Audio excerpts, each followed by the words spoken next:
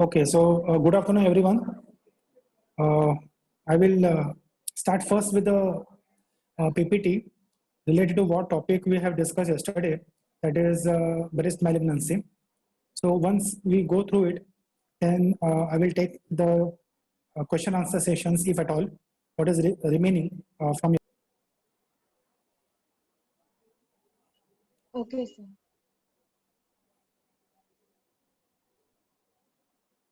Just enable the screen sharing, please, for me. Yes, sir. Parth? Just a So minute. then the video won't be possible. Sorry. Then the host cannot be making a video. The host is recording the lecture as well. Mm-hmm.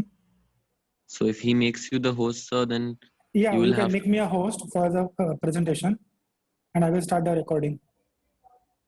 okay, sir. Parth. मैंने किया sir. Sir Okay, is host okay, now. okay. And my Can you see the screen? recording. Yes, yes.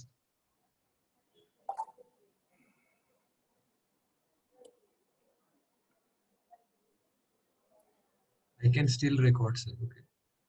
Yeah, please record. Okay, so can you see this slide properly? Yes, sir.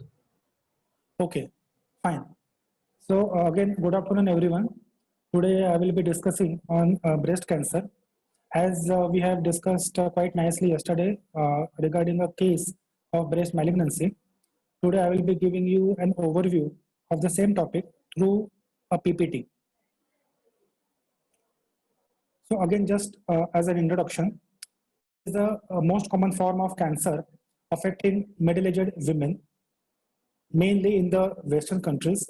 Though nowadays we are seeing more involvement of both Eastern as well as Western region. There is no specific discrimination, but initially, or rather statistically, if you speak, it is more common in the Western countries. It has superseded CA cervix in females, which was earlier number one malignancy in female individuals. And every 1 in 12 females will develop CA breast. This is specifically statistics for the United Kingdom. Incidence, if you see, male to female ratio is 1:99. So as the organ is present in both the genders, but as in females, it is completely developed and fully functional. So the affection is also that much pronounced, so that is 99%. The common age group, what we observe, is between 35 to 55 years of age. In less than 20 years of age, the occurrence is relatively rare. However, a few cases have been reported, but it is not an example. More than 90 years, only 20% females are affected. So even extremes of age, the incidence goes down. Developed countries are affected more, and high socioeconomic strata are more commonly affected. Now we'll come to the etiology. Now there is a genetic background. As you are aware, there is a BRCA1 gene that is located on short arm of chromosome 17, and BRCA gene 2 that is located on short arm of chromosome 13. And there is a P53. Now what is P53? It is a tumor suppressor gene. So suppressor or mutation of this gene leads to tumor enhancement. So this P53 tumor mutation gene happens, and it causes the manifestation of the malignancy in that particular individual. Now, as you are aware, in family, the first degree relatives are more commonly affected, and that is what matters to us more than the vertical transmission. Now, as you will be aware, a patient family, suppose a mother is affected, then there is a very high chance that the daughter will also get affected with the same disease. However, the relative risk, which we will see later on, that particular concept is more common in the siblings. So suppose there are two sisters. So if one sister is having breast malignancy, there is very, very high chance the other sister will also suffer from the breast malignancy. So the vertical transmission is present definitely, but it is relatively or statistically less as compared to that is seen in the siblings. Then certain diet, the diet which is low in phytosteroids, then a person who is consuming high levels of alcoholic beverages, then a diet which is in short not a very balanced diet, the one which is lacking in micronutrients and very low in citrus component, it makes that individual vulnerable for development of CA breast. Further continuing with the etiology, there are endocrine factors also which are affecting.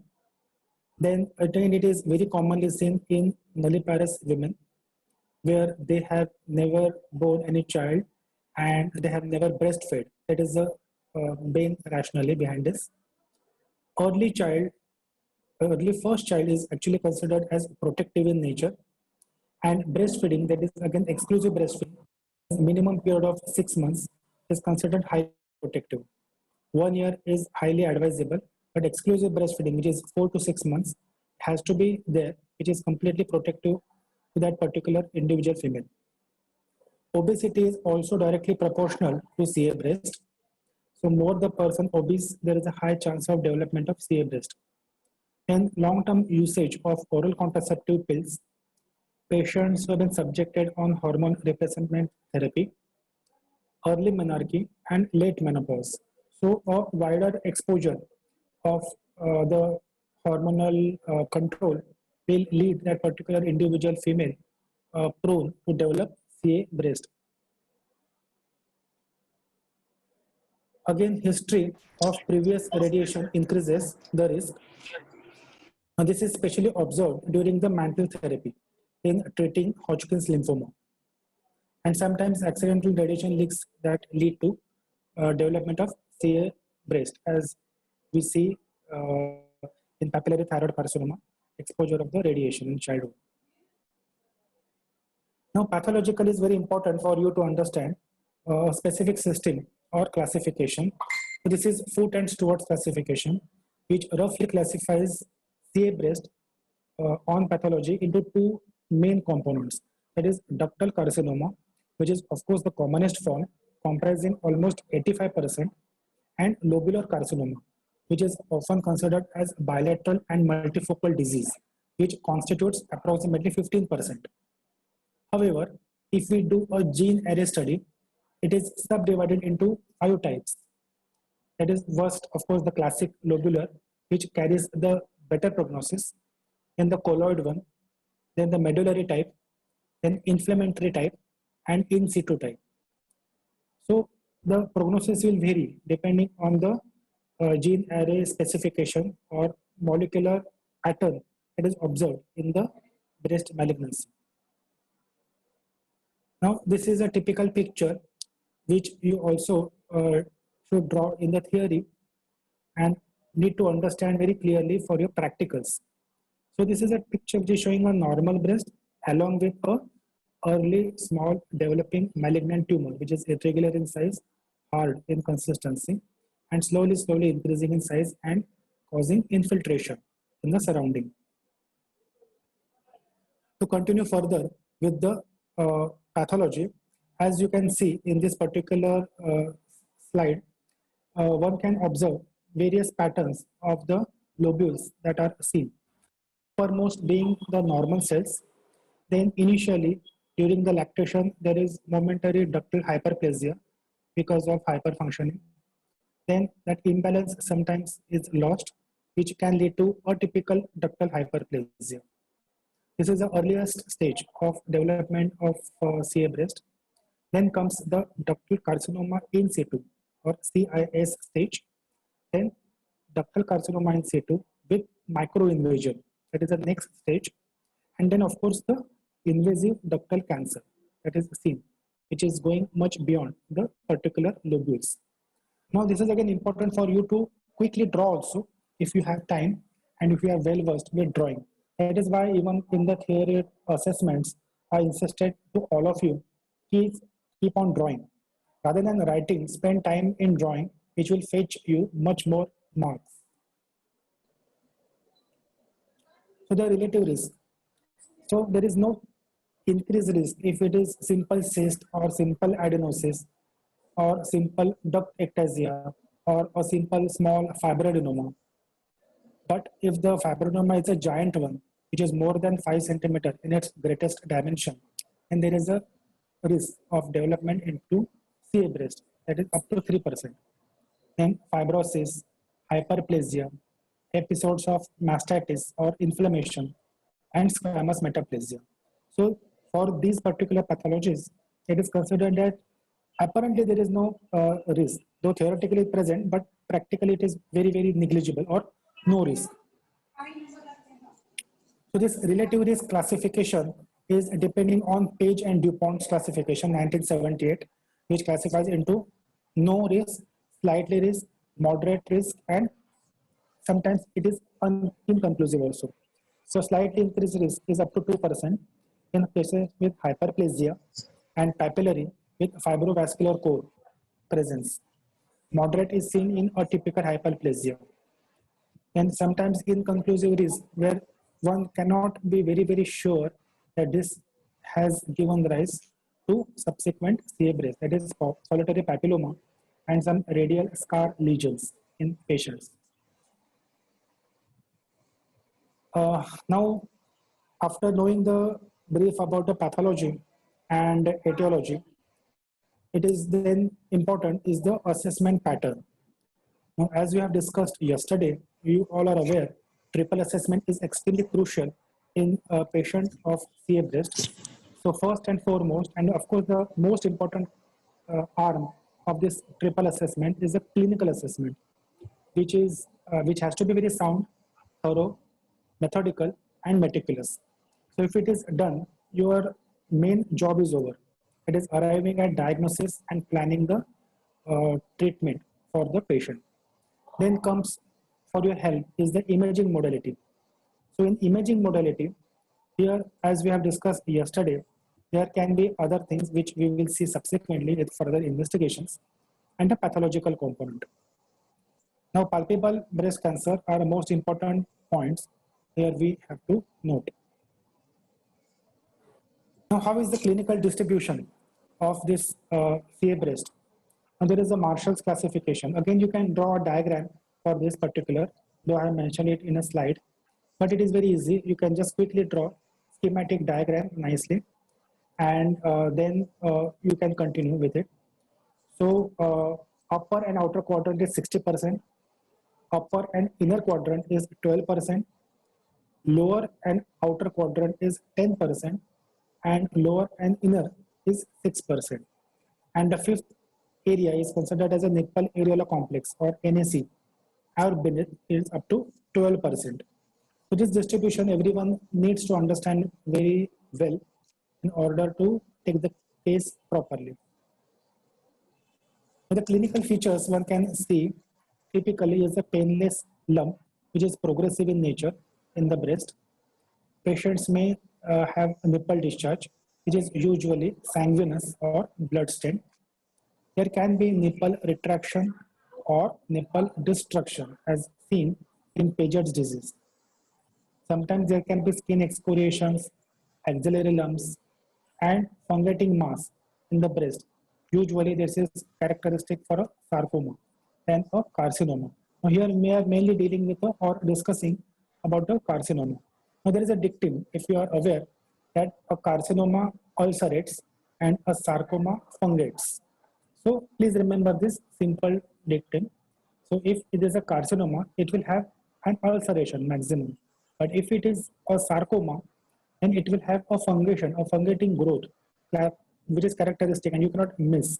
And once you see that, the diagnosis is different. And sometimes there can be some skin loss because of development of ulceration. Now, some patients may come with a metastatic features because this is classically seen more in the Indian population because of lot of, what should we say, a threshold of bearing the pain and other thing, and because of the social stigma also. So these patients come to us with a backache, bone pain, Now cough with expectoration, occasional episodes of breathlessness, abdominal distension, seizures, jaundice, and malignant cachexia. Now, as you're aware, all these points are specific for metastasis to each and individual different structure in the body. Now, this is a picture is showing early Paget disease where the nipple destruction has begun. They have taken a biopsy and proven that it's a Paget disease. Now, if this patient would have presented later, the nipple areolar complex would have been totally destroyed. Now we come to the investigations. In investigations, as you are aware, we have to first complete the basic biochemical workup. That is the complete hemogram along with ESR, liver function test, renal function test, blood group of the patient. Depending on the patient's age and other comorbid history, one can go for blood sugar fasting and post-lunch, lipid profile, and any other investigation which is deemed necessary.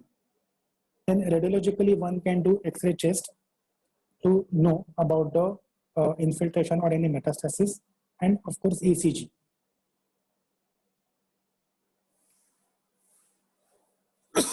Then there is a specific investigation like tumor markers, the characteristic being a CA15-3. Then FNAC is considered as a gold standard. However,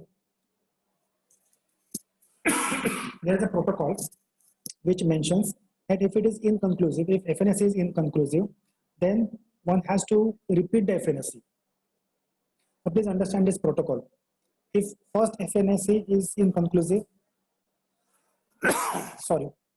repeat the FNAC.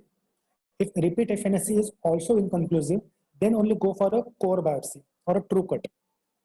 But now at few centers, they initially start with a true cut biopsy.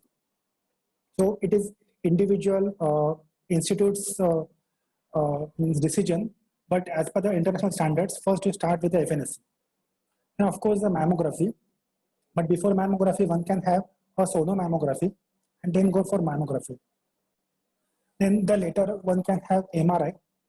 Then there is also possibility of 3D mammo and a PET-CT. This is a typical picture of a mammograph which is showing a typical speculated appearance of primary lesion in the breast. Now, here one can of course read about how we do a mammography and how it is interpreted accordingly. If you are performing exceedingly well, especially for practicals, this will matter how a mammography is performed. To further continue on investigations, as a metastatic workup, one can have ultrasound of abdomen, X-ray dorsolumbar spine is very important, CT scan brain, ESR to have a prognostic indication, X-ray chest, liver function test, and bone scan. So bone scan with and without PET-CT is a choice as per the individual patient need. So when the examiner asks, what do you understand by metastatic workup? So one need to answer these points. Now, after knowing the pathology, clinical features, investigations, now we are at a stage of doing a staging of the disease. Now there are, as you're aware, two types of classifications or staging systems. So first we consider the classification, then we'll go for the staging. So one simplest classification is the Manchester classification, which is developed by students of that particular university after thoroughly observing so many patients suffering from breast. So they have classified into 4 main categories. First category, growth limited to breast, no lymph node. Second, growth limited to breast plus mobile axillary lymph node. Third, larger skin infiltration, pectoral fixation, and few matted lymph nodes. And fourth, complete chest wall fixation plus metastasis. Now this is a very relatively simple classification for one to understand. There is no mention of size whatsoever. Only thing, affection of the breast and lymph node. And of course the last stage is the metastasis. So where they also call it as cancer in appearance. So, but being a very simple classification, it has a limitation. Hence, TNM staging is better. So we will look for the TNM staging also. Now this is a classical TNM staging, which one should know. TIS is cancer in situ. Initially, one can also have additional TX, that is primary cannot be assessed, tumor cannot be assessed. So the same NX, TX, and MX, additional one modifications. So T1 is the tumor which is less than or equal to 2 centimeter in Lattice dimension. T2 is between 2 to 5 centimeter. T3 where the tumor is more than 5 centimeters. And T4 is again divided into A, B, C. A is involvement of the chest wall. B, involvement of skin, which also includes obvious ulceration, any direct infiltration, to the orange appearance, and any satellite nodules, if any. T4 is TA plus TB together, and T4D, that is inflammatory cancer. So 4 is little important into A, B, C, and D. Okay. Then comes N, again NX, N0, N1. N1 is palpable, mobile, involved, ipsilateral axillary node. N2 is fixed, involved, ipsilateral axillary nodes. And N3 is ipsilateral internal mammary node.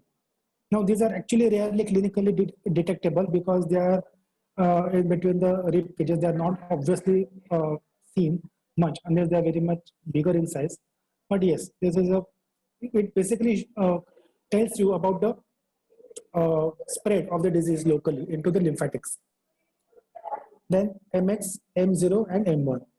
So M1 is a distant metastasis, which includes ipsilateral supraclavicular nodes also. Now, as you're aware, when you are writing this in the theory, you should also include a diagram, if possible, to simplify this. One can, of course, write this. This is you can write very quickly because it's just a table actually. But if you can add this or write in this particular fashion, it gives a better impression. Okay, that's why I specifically included this slide. T for tumor, N for node, M for metastasis, with a schematic representation of what you mean. Again, the same thing inside. I'm not reading it. It's almost saying the same thing. Now you can have once we know the TNM staging or the Manchester staging, one can come to actually stage the disease.